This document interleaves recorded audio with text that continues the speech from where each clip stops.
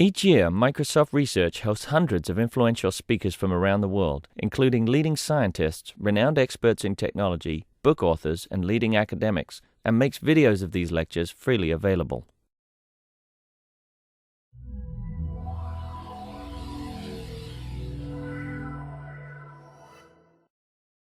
So our next speaker is Wojciech Kastryk from Catholic University of Leuven, and he's currently visiting MIT. And he'll be speaking on the primality of Genus to Jacobians. Okay, thanks. I would also like to thank the organizers for giving me the opportunity to talk here. It's really a fun place to be and an interesting place to be. So the presentation that I will give today contains joint work with Hendrik Hubrechts, Alessandra Rigato, and Andrew Sutherland. So here's the outline of the talk. So first I will focus on the Genus 1 case, where I will give alternative heuristics in favor of a conjecture due to Galbraith and McKee, who gave heuristics estimating the probability that if you take a random elliptic curve over a finite field, what is the probability that the number of points will be prime. But our heuristics will be different from Galbraith and McKee's, and they will be more suitable or better suitable to generalize this to Genus 2, and then we'll elaborate this in the second part. So the first two parts will be almost all of the talk, and then at the end I will discuss some asymptotics, because you can keep formulating new conjectures for every genus, but we won't do that. But it's interesting to look at the asymptotics and then some concluding remarks. Okay, so here towards the Galbraith-McKee conjecture. So let me fix notation. For now, FQ will be a finite field of characteristic at least 5, but this doesn't matter. It's just to have this nice shape of elliptic curves. So an elliptic curve for me will be an equation y squared equals x cubed plus ax plus b. And we will take it at random. What do we mean by taking an elliptic curve at random? Well, we mean taking a pair AB from this set at random. Okay, so we kill the discriminant locus, and then we take a random pair. And then NE will be a random variable as well, and it will be the number of points on the elliptic curve over FQ.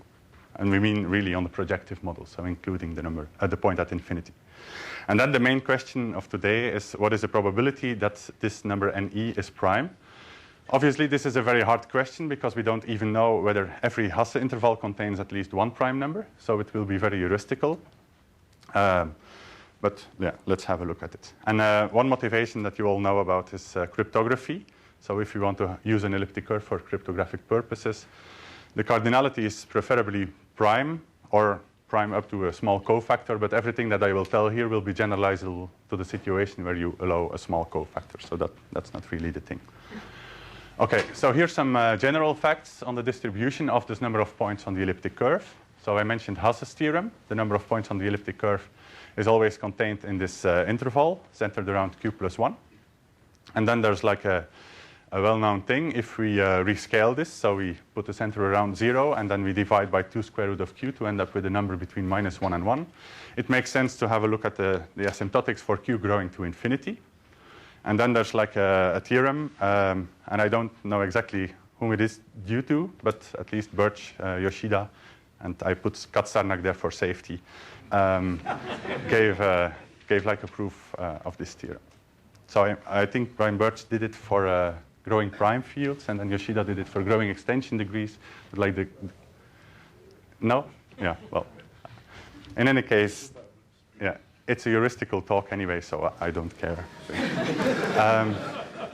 So here is some experimental evidence. It's a bit a stupid experiment, because we took 100,000 curves over a field which is not so big. So we'll have counted many curves multiple times, but that doesn't matter. We already see this semicircle coming up. Okay, but now the interesting thing is, this is a histogram of this experiment, and the interval width is 15 possible cardinalities.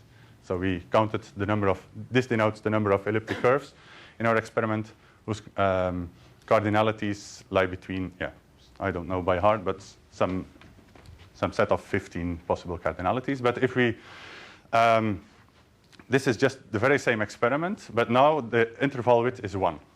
Yeah? So every bar denotes a single cardinality. And you see that the semicircle, okay, it's still there, but it's not very nicely there. And this is not due to the fact that our field is rather small. This is really always the picture. Okay, so it converges to a semicircle, but only if you do like this rescaling. If you look at the individual traces or numbers of points, it's not really a very nice thing. Note that you have gaps at traces congruent, so you have gaps at some points here. This is due to the super singular locus, but that's not like the topic of today. Let's add colors to this histogram. So the green bars correspond to the to cardinalities that are odd, and the red bars correspond to cardinalities that are even. So you see that there are a lot more curves having an even number of points than there are curves having an odd number of points. So, and this is clearly not a coincidence. Okay, and this is in fact easy to prove, but I want to include a proof because it seems not very well known. Yeah? So the probability that the number of points on an elliptic curve, a randomly chosen elliptic curve, is even is about 2/3. Okay, so here's how the simplest proof works. Okay, so we said that we took, okay, there's a pointer here, I think. Yeah, so we said that we took an elliptic curve, y squared equals a polynomial of this shape, but we will, for the proof, we will replace this by a random elliptic curve defined by a polynomial of this shape. This doesn't matter because like this completing the cube thing that you all know is uniform. So it's q2, 1, so the probabilities don't change. So we assume that E is defined by y squared equals f of x for a random square-free f of x of this form. Now, the number of points will be even if and only if the elliptic curve has 2 torsion.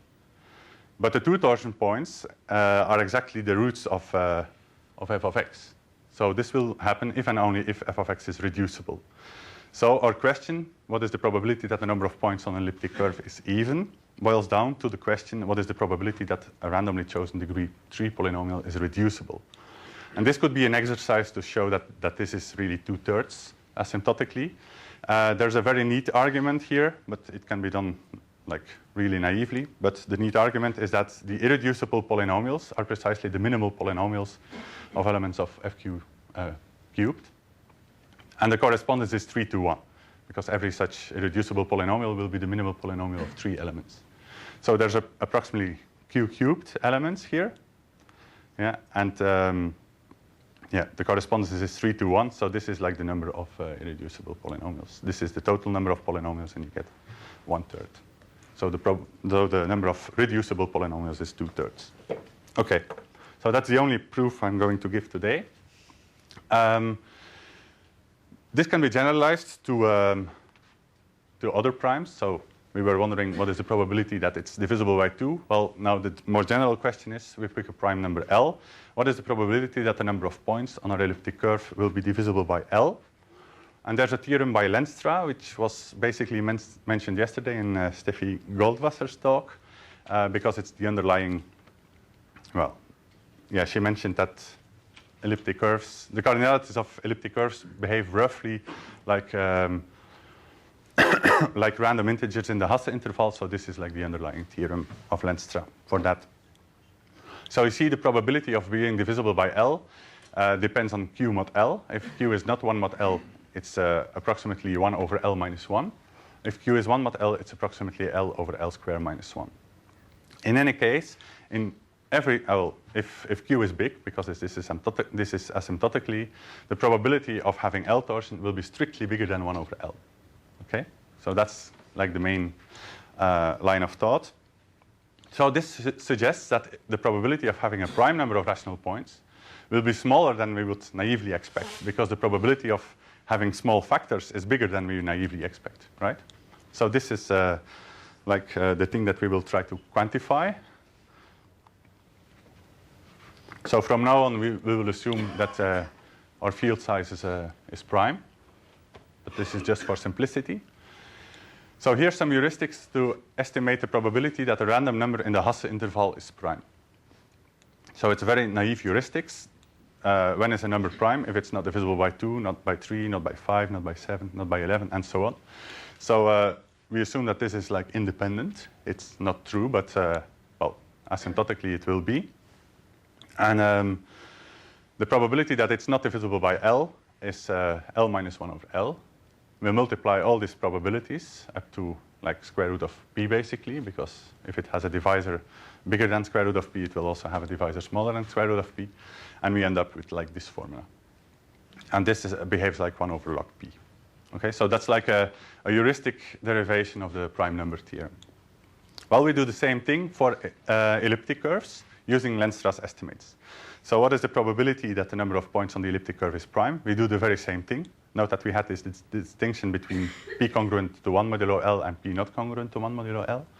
If p is not congruent to 1 modulo L, the probability of being divisible by L was 1 over L minus 1. So not being divisible by L has probability L minus 2 over L minus 1. And then we do the same for p congruent to 1 modulo L. So this is like the probability heuristically that a randomly chosen elliptic curve has a prime number of rational points. And then we take the ratio. I don't think you have to stop at the square root. I think you have to go all the way. But my elliptic curve will have a number of points contained in the Hasse interval. Yes, but L should go after p. It's not divisible by any primes less than the square root of it. If it's not, yeah. You still heuristically go all the way. You see all primes. Yeah, of course, in the heuristics, in the end, we will... You will get a little coefficient. You will get like 1/2. You should not do that. Now, this is just naive heuristics, right? And if a number of points is prime, it suffices to check it. And we know that if some number is prime, and we know that it is smaller than p plus 1 plus 2 times square root of p, then it suffices to check that it's not divisible by prime numbers that are smaller than this number, right? This is a test. It's not the same as predicting the probability. Yeah, but it's just a naive heuristics. I don't claim like... But in the end, yeah, because the factors for big P will be so close to 1, we will just... Yeah, well, you can talk about this later. In any case, if we just apply this naive heuristics, we take the quotient, and now I get rid of these bounds because asymptotically they will be so close to 1 that they don't matter anymore. So this is like the ratio. And then if we rearrange terms, I don't expect you to do this like on the spot, but you can rearrange terms like this. And this is exactly the conjecture posted by Galbraith and McKee in 2000. So if Cp, depending on P, is this constant, so you see that except for the last factor, this is like a product of all numbers being smaller than 1, and this will be the dominant factor. Then the probability that a number of points on the elliptic curve divided by the probability that the number of the probability that the number of points on a randomly chosen elliptic curve is prime divided by the probability that a random number in the Hasse interval is prime will be approximately Cp. Yeah, that's the conjecture. And if you elaborate this, like if you forget about this last factor, you get 0.44. If you include the last factor, like in the worst case scenario, you get 0.62. Okay, so that's the conjecture of Galbraith and McKee. But the funny thing is that they give alternative heuristics. So it's a bit surprising because it's a rather complicated formula, but they give really different heuristics to obtain the very same formula. So what we did, in fact, like for each prime factor, for each prime candidate prime divisor L, we had a factor and we multiplied them. But there exists something like the analytic Hurwitz-Kronecker class number formula, counting elliptic curves with a given trace, basically. And this is like a product of Euler factors, and they select the right Euler factors out of this product. So it's like a dual thing. But in any case, this is the Goblet McKee conjecture. So the probability that the number of points on an elliptic curve is prime is about half the probability that you would naively expect. Yeah. Slide. Just coming back to Rigato's comment. So that first product, there's a paper of Polya where he works this kind of thing out, this kind of heuristic argument, and he points out that you get the wrong constant. You don't get 1 over log p, you get some other constant. Okay. And so it would be interesting to look at, this first one. So sort of your argument is saying that you get the same wrong constant in the second estimate. Is that right? Okay. I mean, you can check that empirically, right? Okay. Empirically, once you take the ratio. And you do get the same wrong constant. Yeah. Okay, cool. Okay, yeah. Yeah, thanks for pointing that out. I checked it empirically, but I didn't notice a constant. But okay.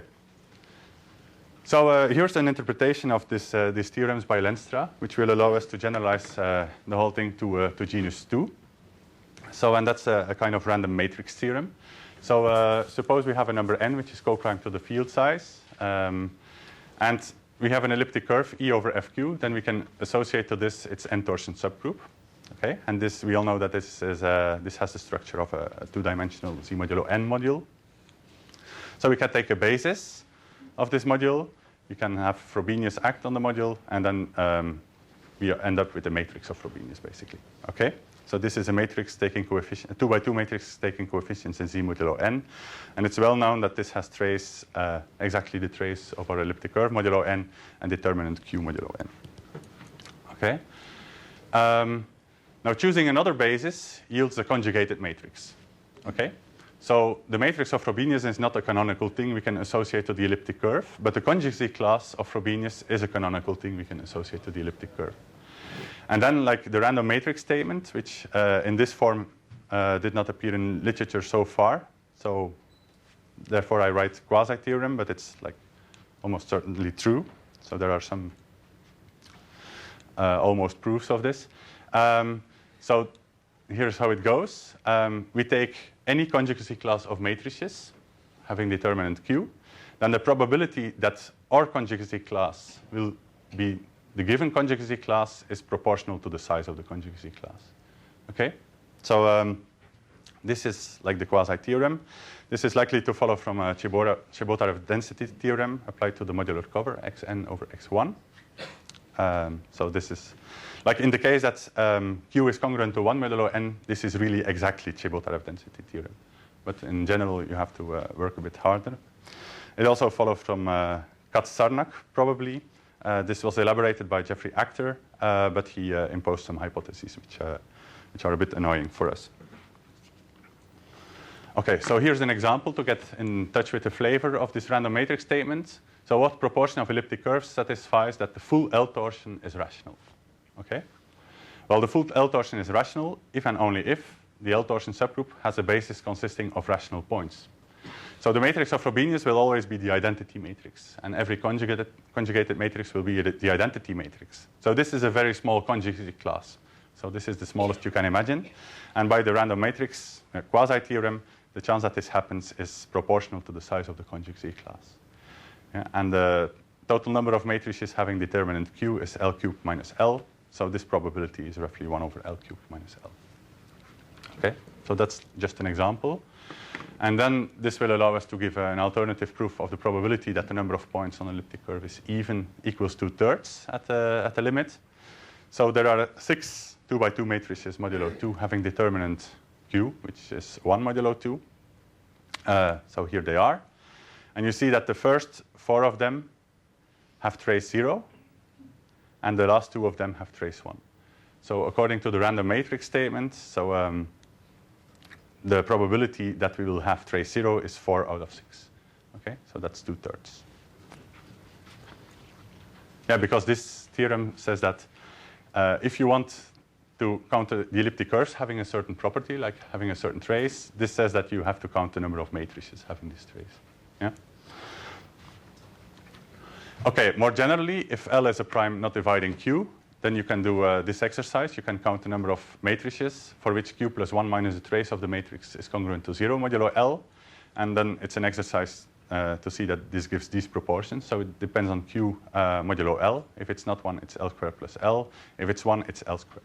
Okay, so this is just a technical boring exercise, but the nice thing is that if you take the quotients, you exactly get Lenstra's estimates. So this is like a more general, the random matrix statement is like a more general statement than Lenstra's statement.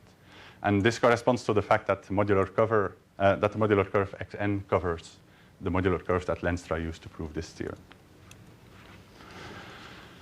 Okay, so here's how to adapt to genus 2. So we will again fix the same notation. So FQ is a finite field of characteristic at least 3. Now, because we will look at hyperelliptic curves of the following form. So y squared equals f of x is a random genus 2 curve. What do we mean by a random genus 2 curve?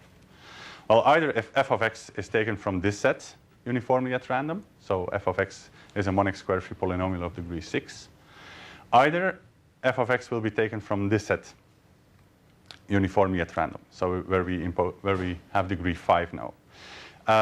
So why do we study these two notions? Well, this is something which is very often used in cryptography, okay, imposing a Weierstrass point at infinity. This is like closer to the theoretical structure of genus 2 curves. And these are in fact distinct notions, as we will see on the next slide.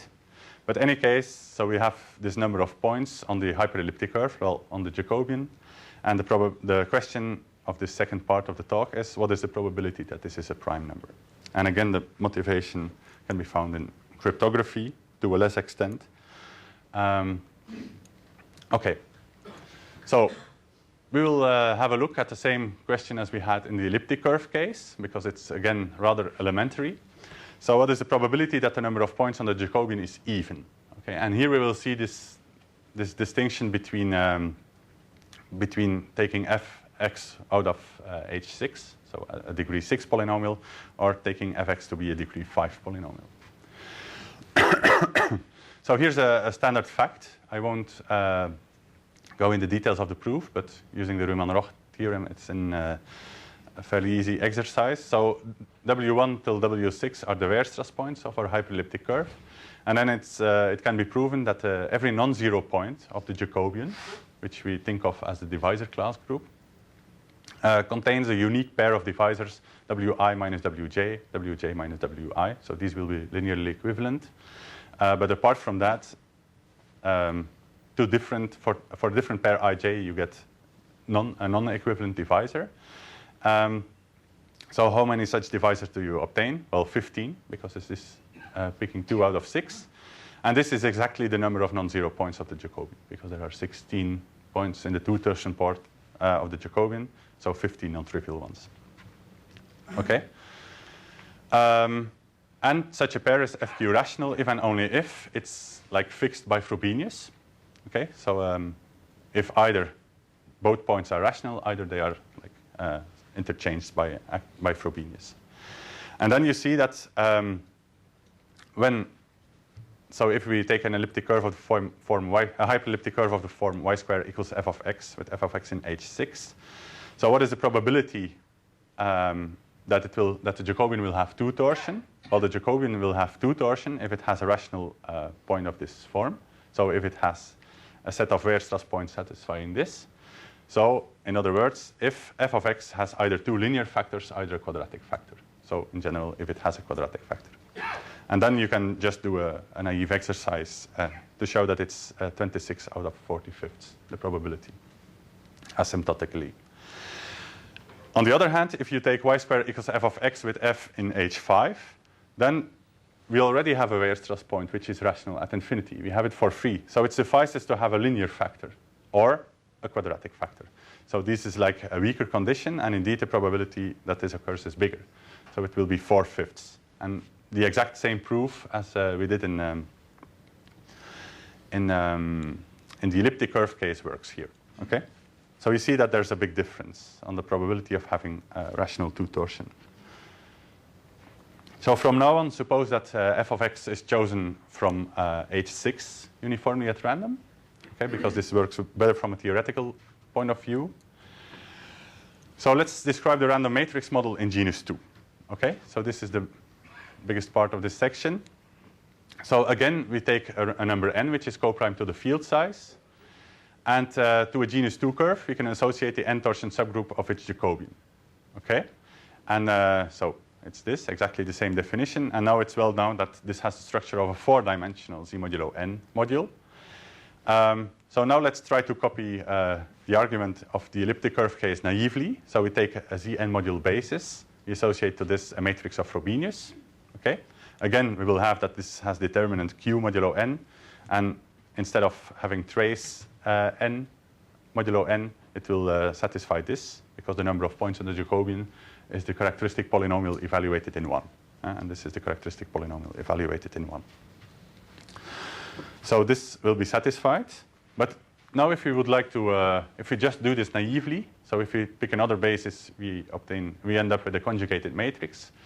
And if we try to formulate a random matrix statement in this genus 2 case, just naively. So we can associate to H a conjugacy class of matrices of Frobenius. We pick a fixed conjugacy class. What is the probability that our conjugacy class will be equal to this one? Is it proportional to the size of the conjugacy class? The answer is no.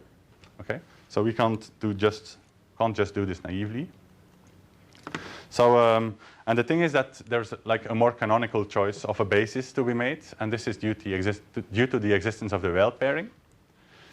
So, so I assume that you know the Weil pairing. So, what is the setup? Well, we pick a primitive nth root of unity, and we know that the Weil pairing pairs two elements of the n-torsion subgroup to an nth root of unity. Okay, so to the group generated by our primitive nth root of unity.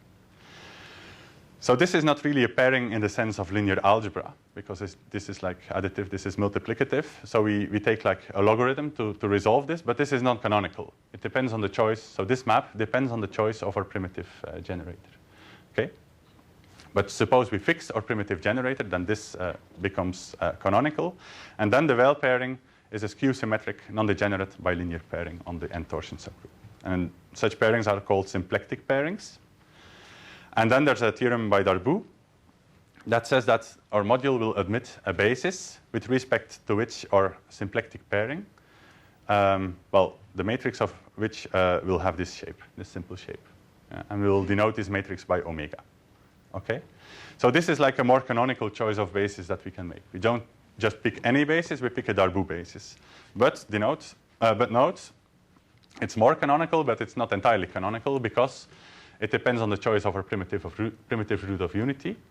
And the Darboux basis itself is not unique. Okay? So let's have a look at the influence of picking other stuff there. So let's rephrase this. So if we translate this and pull this back along this map, then this is like the condition for a basis of the two-torsion subgroup to be a Darboux basis. Yeah? So our basis should consist of 4 points, P1, P2, Q1, Q2. And Pi and Qi, Pi and Pj should always pair to 1, which corresponds to a 0 in this matrix. But along this logarithm map, it's a 1 in the exponent. It's a 1. It's a 0 in the exponent. And Pi and Qj should pair to a power of our primitive nth root of unity. So P1 and Q1 should pair to zeta n. And P1 and Q2 should pair to 1. Okay? So this is the condition for a basis to be a Darboux basis.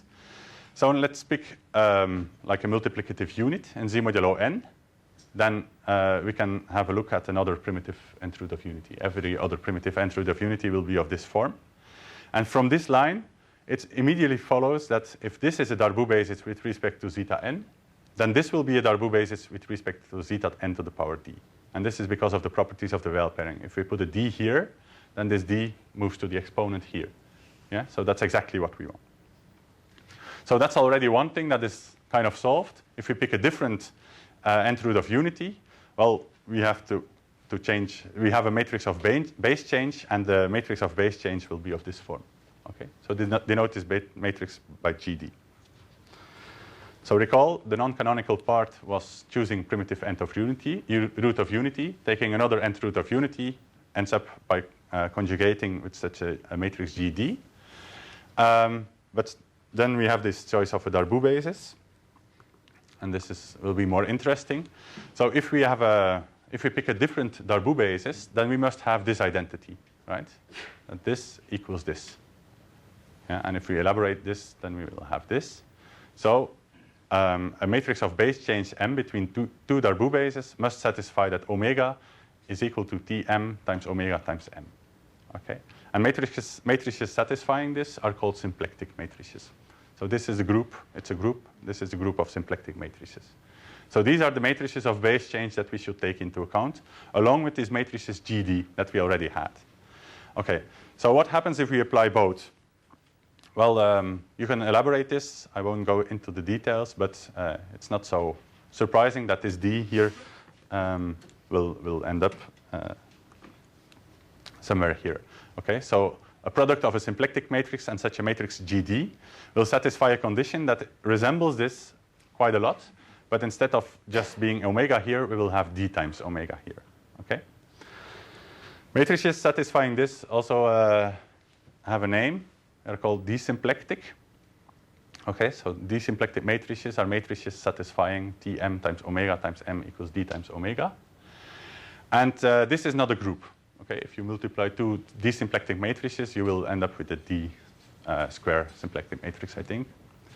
But if you gather them all together, you get a group. And this is the group of symplectic similitudes. So it's generated by our symplectic matrices, and it's generated by the matrices GD altogether. So these are the matrices that we have to consider if we do base change, right? So this is the group of symplectic similitudes. And one particular example of a symplectic similitude is the matrix of Frobenius with respect to a Darboux basis. Okay, so if if we have a Darboux basis, well, because Frobenius shifts through the Weil pairing, so if we apply Frobenius to the points, it's the same as applying qth power Frobenius to the evaluation. We will end up that the matrix of Frobenius with respect to a Darboux basis will satisfy this. Yeah, so this q comes in front here because of this logarithm map. Yeah, so the q was here, but because of taking the logarithm, it comes in front. Okay, so in particular, a matrix of Frobenius with respect to a Darboux basis will be q symplectic. So now we have all the ingredients for formulating the random matrix theorem or statement. It's also, again, suffers the same incompletenesses in theory, in the literature, I mean. But if we associate to H, to our hyperelliptic curve, an orbit of Frobenius, so it will end up in this set of q symplectic matrices.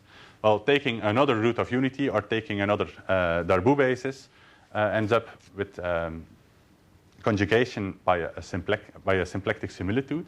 So this is kind of the conjugacy classes that we have to consider. So if we fix a conjugacy class inside this group under conjugation by the symplectic similitudes, then the probability that our conjugacy class of Frobenius will equal this conjugacy class is proportional to the size of the conjugacy class. Yeah? So this is the random matrix statement. I put a question mark here because it's not... I think actor has a 10 here, but it probably should be much smaller. Okay, so a 10 will probably suffice, but it doesn't matter. We only care about asymptotics. Okay, so then we can elaborate Landstra's theorem in genus 2. So let L be a prime number dividing Q, and then we just count the number of matrices in this group of Q symplectic similitudes, or Q symplectic matrices, satisfying that the determinant of M minus identity matrix is congruent to 0. Okay, and then this is like an annoying exercise. I will mention a theorem by Actor and Holden later on that allows you to just, yeah. It basically gives a recursive formula for this, for growing genus. So you can use the theorem by Actor and Holden to obtain this. You can also do this more naively. In genus 2, it still works.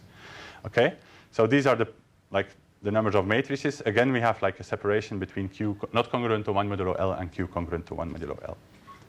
This is the total number of symplectic matrices. So we take quotients and we end up with these probabilities. And these match very well with practice. Okay, so it's well, it's a theorem. I mean, the thing that I will say on the next slide matches very well with practice as well. Okay, so this is the probability that this should be an H here, that the number of points on our Jacobian of our randomly chosen hyperelliptic curve is divisible by L. And you see it's still bigger than 1 over L, but the effect is smaller, has become smaller. It's closer to 1 over L. So we just do the very same heuristics here. So again, yeah, the same constant must appear because it matches very well with practice. So P1 is a probability that the random number in the what I call the generalized Hasse interval, so the interval of which we know that it contains the number of points on the Jacobian, is prime. And P2 of P is a probability that NH is prime. And we take the quotient, and I just wrote it like in a similar form as the Galbraith McKee conjecture. And you end up with this very ugly conjecture. Okay? So we are more interested in the values this takes. Well, now it's between 0.63 and 0.80. So the effect of disfavoring prime numbers is still there, but to a less extent than in the elliptic curve case. Okay.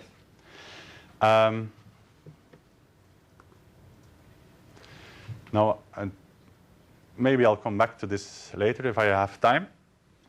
But I will already mention the outcome here. So remember that we supposed that f of x was taken to be a degree 6 polynomial. Yeah, but in the beginning, we also considered this degree 5 polynomials. Okay, so if a polynomial is taken to be of degree 5 uniformly at random, which is often preferred in practice, we know that the probability of having 2 torsion increases from 26/45 to 4/5. But what about odd primes L? So, well, you can prove, but I will skip this for now, that it only affects the probability of having 2 torsion. So that in the other cases, you still have like a random matrix statement for odd n. And then you can just do the same Goblet McKee heuristics, and you end up with the same CP, except by this factor, which is like some combination of these two things. Okay? So it's just a naive heuristics. So taking a random hyperelliptic curve, y square equals f of x with f of x of degree 5, well, it affects the probability of primality because it affects the probability of having 2 torsion to a strong extent, but that's basically all that happens. Okay? So now let's do some philosophical thing. Until like last week, until I started discussing with Andrew about this, I expected that the effect of disfavoring prime numbers would like flatten out if the genus tends to infinity, because in genus 1 we had the interval 0.44 till 0.62, something like that. In genus 2 we have the interval 0.63 till 0.80. But the fascinating thing is that if you elaborate this for genus 3, it shifts to the left again. Okay? If you elaborate this for genus 4, it shifts to the right again. Elaborate for genus 5, and so on. And it converges to some interval. And there are some very fascinating constants showing up there. So let me first rephrase the random matrix statement like for general genus. So this was supposed to be 2g plus 2, I'm sorry. So f of x is chosen from h 2g plus 2 uniformly at random. So this defines a genus G hyperelliptic curve. And then in the very same manner, using the Weil pairing, you can like associate an orbit of Q symplectic matrices to our hyperelliptic curve, and then this is like the random matrix statement. So an orbit of Q symplectic matrices is about as likely as its own proportional size. Yeah? You've now got both Q and G are both going to infinity. Does it matter does it matter how fast they're going? Or? This is for Q going to infinity, then this will see the error term here. This is still for fixed G. This is for fixed G. Okay. Yeah. And the asymptotics we will do will be for growing G. So indeed there's some heuristic thing there. Yeah. Q goes fast. Okay. Yeah. And this exponent here is supposed to be like, if you follow Achter's elaboration, but again, he has some hypotheses which are annoying for us. But if you follow his elaboration, you get like 2 times G square here in the exponent. Okay? But probably it can be done better. Well, then these are the proportions. So Achter and Holden in a 2003 paper gave a recursive formula to count this number. Like if you know the formula for genus 1, you can apply it to obtain the formula for genus 2. Once you know both, you apply it to obtain the formula for genus 3. You can just compute it using a computer. And then using Sloan's integer sequence database, we noticed that in the limit, we ended up with these probabilities. And they really match very well. And yeah, we can prove this case like if L is 5 or more already. So yeah, this should be possible to prove. But these are the limit probabilities. So that's fascinating that this Euler phi function, so it's not the totient functions, it's the Euler Q series basically, pops up here in the limit, right? So these are the probabilities. If Q is congruent to 1 modulo L, then we have 1 minus this ratio. Okay, so phi of 1 over L, so you plug in 1 over L here, divided by phi over 1 over L square. And the more like general case, if Q is not congruent to 1 modulo L, you end up with this probability. Okay? So I think that's fascinating because if you apply this Galbraith McKee heuristics, you have these like very nice expressions, and then so this multiplies over powers of Q. But then in the Goblet McKee heuristic, we will multiply over prime numbers. So you can rearrange terms, and you end up with like products of zeta values here. So this is the limiting. If you accept this, and you accept the heuristics that we did to end up with the Galbraith McKee conjecture in genus 1 and genus 2, then this is like the limiting interval. Okay, so this is like the product of all zeta values starting from 2 in the denominator. This is the product of all odd zeta values starting from 3 in the denominator. And here there's like this correcting term. And this is there because p minus 1 is always divisible by 2, at least. Okay.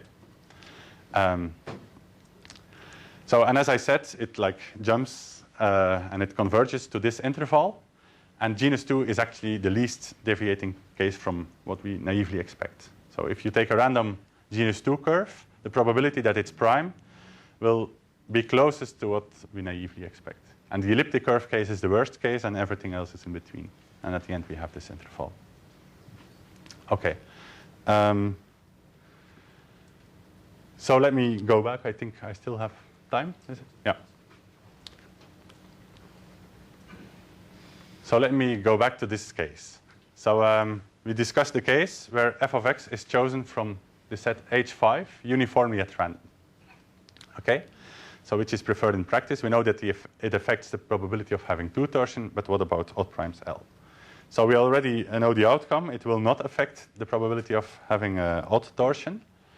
And the key trick in proving this, and we can also only do this for genus 2 for now, is that there exist subsets here. So, and they are like unions of conjugacy classes, so they will match properly. There exist subsets W0 till WR of this set of Q-symplectic matrices, for which the following holds. If our matrix of Frobenius is contained in Wi, and since these are unions of conjugacy classes, this is a well-defined statement. Okay. Well, if our matrix is contained in Wi, then our hyperelliptic curve has I rational Weierstrass points. Conversely, if H has I rational Weierstrass points, our matrix of Frobenius will be contained in this union of conjugacy classes.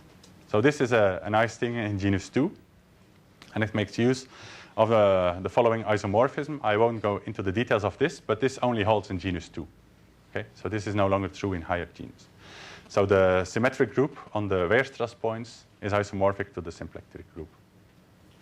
Yeah. So this isomorphism, if you use this, you end up with this statement. Okay, so why is this useful? So here's like the statement that and I will use approximatively here. I won't care about error terms. So here's the statement that we would like to prove. We take a fixed orbit of matrices inside this set of Q-symplectic matrices under conjugation by the symplectic similitudes, like before. But now n is supposed to be odd. Okay? And then we would like to prove that the probability that our Frobenius conjugacy class equals the given conjugacy class is proportional to the size of the given conjugacy class. So that's what we would like to prove. But in a way, we would like to use like the random matrix statement for f of x chosen from genus 6. So we have f of x chosen uniformly at random from H5. And we know that this statement is true for H6. So we would like to kind of translate this situation to the situation where f was chosen uniformly at random of H6. Okay. Now f is so far still chosen uniformly at random for H5, but it suffices to prove this statement for f of x chosen uniformly at random of this subset of H5 for each I. So what is this subset? It's the set of polynomials of degree 5 that have exactly I rational roots. Okay? So this is H5I. Why is it sufficient to prove this statement for this new randomness notion? Well, it's because simply these sets partition H5. Okay? If I have the same probability for each of the partitions, the probability will also hold in general.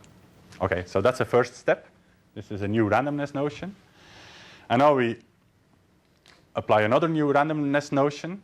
We will now suppose that f is chosen from H6, so polynomials of degree 6, having exactly I rational roots. Okay?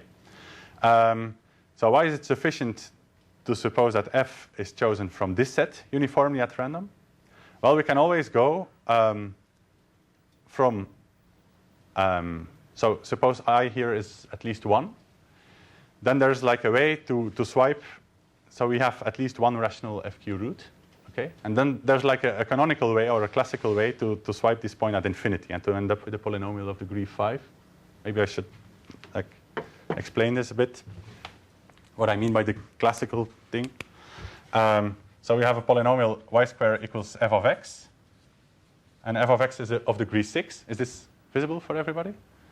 F of x is of degree 6, and suppose it has a root at x equals 0 for simplicity. Otherwise, we just do a translate. Yeah. Well, then we do the following by rational transformation. We consider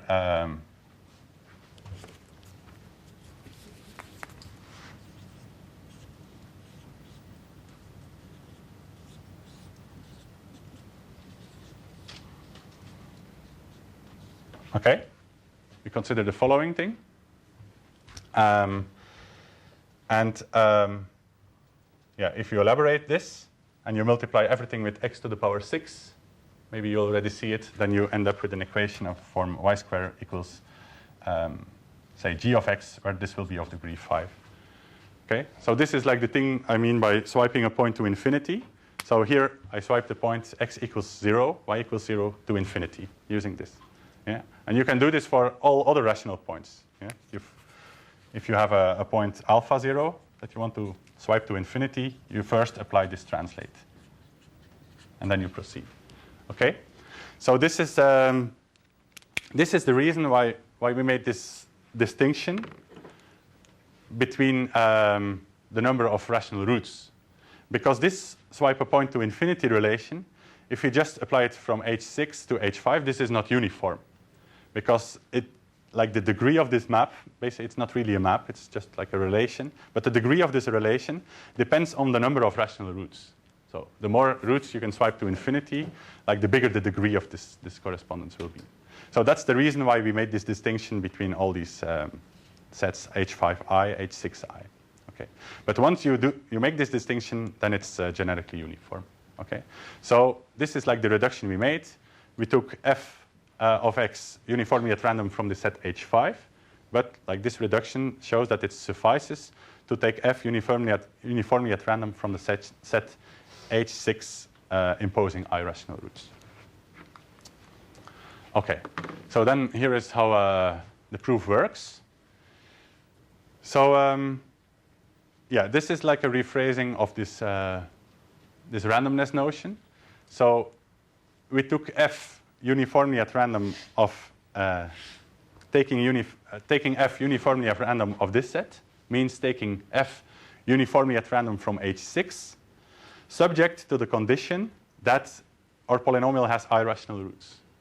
But we had these conjugacy classes, or these unions of conjugacy classes, really expressing this. Okay? So our randomness notion is the following. F, well, this is hidden here because this is like the same probability sign as we used the random matrix theorem for H6. So f is chosen from H6 uniformly at random, but it's subject to the condition that Frobenius acting on the 2 torsion is contained in Wi. Okay? So this is like, this is this thing with this randomness notion. Okay? That's the very same thing. So we use this theorem at the beginning here. Now n is odd, so we can apply Chinese remaindering.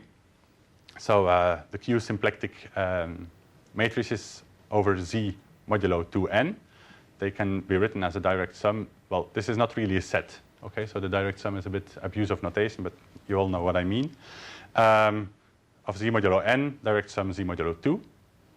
I mean, this is not a group. Did I say set? Yeah. So this is not a group. So it's not really a direct sum of groups, but it works using Chinese remaindering. Okay, so this is like the probability that we want to estimate. So this is the definition, basically, of conditional probability. So we want to estimate the probability that fh equals or given conjugacy class f, and that simultaneously the 2 torsion part of FH is contained in Wi, proportional to the probability that the 2 torsion part is contained in Wi. Okay? So under this correspondence, this means that the conjugacy class of Frobenius acting on the 2n torsion should be contained in this direct sum this. Yeah, that's the same thing under this Chinese remaindering. And now we can apply our random matrix statement for polynomials randomly chosen from F in H6. So this is like the thing we want to estimate. So by our random matrix statement, this is proportional to the size of this union of conjugacy classes, because it's a union of conjugacy classes. Okay, so we have this proportional to the number of Q symplectic matrices modulo 2n. Okay, and now we just apply Chinese remaindering again, and we end up with these proportions. So the number of matrices here is just number of matrices here times number of matrices here by Chinese remaindering, and same here. And then we have this denominator, and this again we apply the random matrix theorem, or quasi-theorem in for the old randomness notion. So it's proportional to the size of this union of conjugacy classes, and we take the quotient and we get the desired result. Okay, so this explains why 2 torsion is the only torsion that is affected by our new randomness notion. And in general, we still have our randomness statement. We still have this randomness statement. Okay, and this we don't know yet how to prove for higher genus, because we really made use of this statement here, which is like a genus 2 thing. So I've skipped this, and I'm basically done here. So let me just end with some concluding remarks. So as I said in the beginning, there was some motivation from cryptography. Okay, but then in the end, when we derived the Goblet McKee conjecture and all these generalizations, we suddenly restricted to Q equals a prime number, P.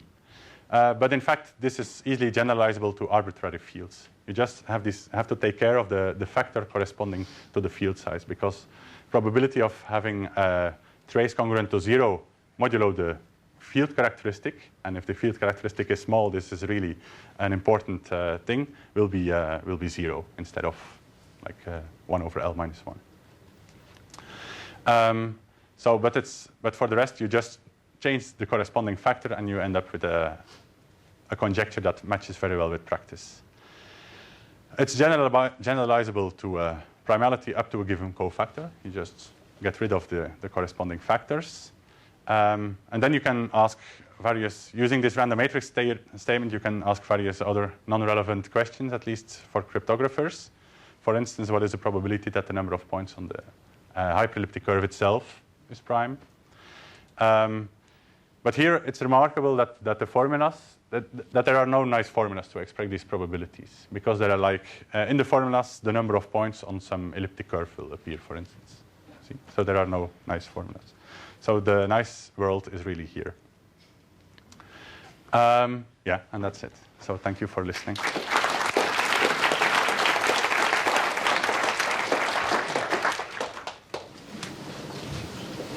Yeah, I have a question. So when L is much smaller than Q, then apparently it has more than its fair share chance of dividing the order of the elliptic curve or Jacobian whatever. And when L is large, like close to the order of the curve, it has less than its fair share to divide the order. So is there some middle point where it has equal share to be correct as some function of Q, like square root of Q, or? It's an interesting question. Yeah.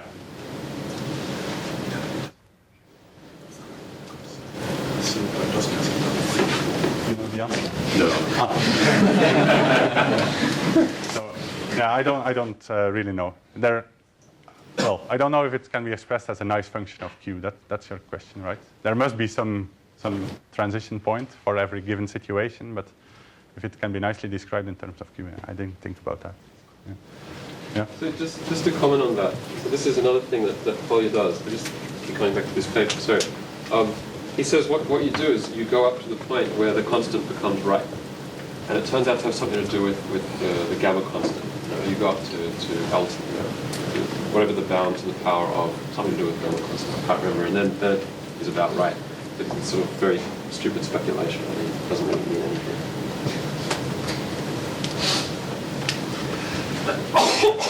I wanted to return to your count, that diagram you had very near the beginning, where you showed the circle with the bins and so on.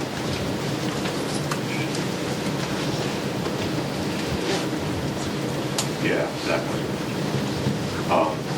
If we correct for mod 2 and mod 3 and mod 7, then how uniform does the result look? Is it still real choppy, or just... Oh, that's an interesting question. So if you do like if you add correction factors, then you will like, well, it's a bit more subtle than I'll say now, but if you like correct probabilities with these factors, then you end up with exactly the square root. So you can apply these very same heuristics basically to for instance count the number of points having a given trace. And the thing you do is you start from the Sato-Tate distribution, which is like something like this. I don't know by heart.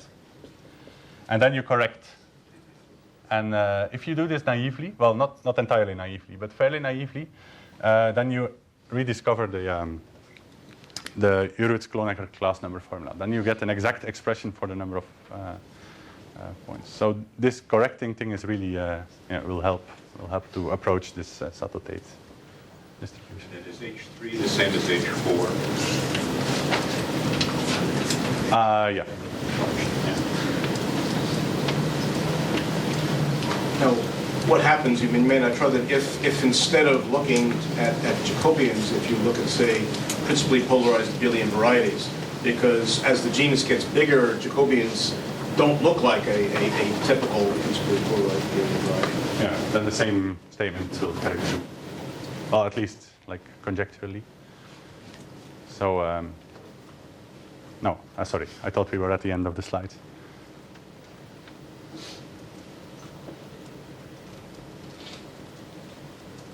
So this will still hold, probably.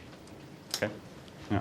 So these formulas by Achter and Holden, they even formulated for principally polarized abelian varieties. Yeah.